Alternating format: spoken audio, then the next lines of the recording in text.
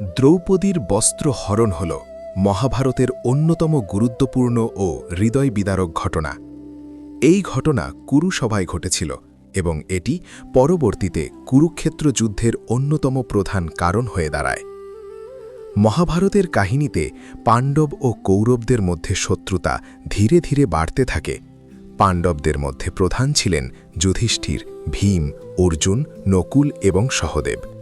অন্যদিকে কৌরবদের নেতৃত্বে ছিল দুর্যোধন। পাণ্ডবরা যখন ইন্দ্রপ্রস্থে তাদের রাজ্য প্রতিষ্ঠা করে এবং সমৃদ্ধি অর্জন করে, তখন দুর্যোধন তাদের ঐশ্বর্য দেখে অত্যন্ত ঈর্ষান্বিত হয়ে পড়ে। সে মনে করতে থাকে যে পাণ্ডবদের ক্ষমতা নষ্ট করতে হবে।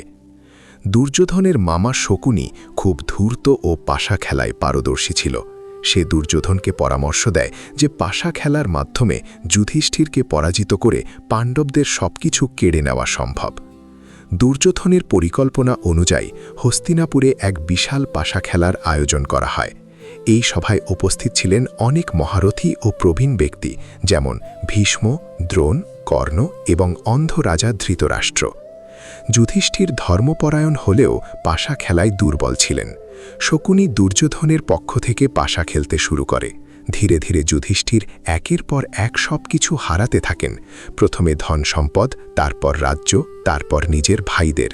শেষ পর্যন্ত যুধিষ্ঠির নিজেকেও হারিয়ে ফেলেন। সবকিছু হারানোর পরও শকুনি যুধিষ্ঠিরকে প্ররোচিত করে। তখন যুধিষ্ঠির তার স্ত্রী দ্রৌপদীকে বাজি রাখেন।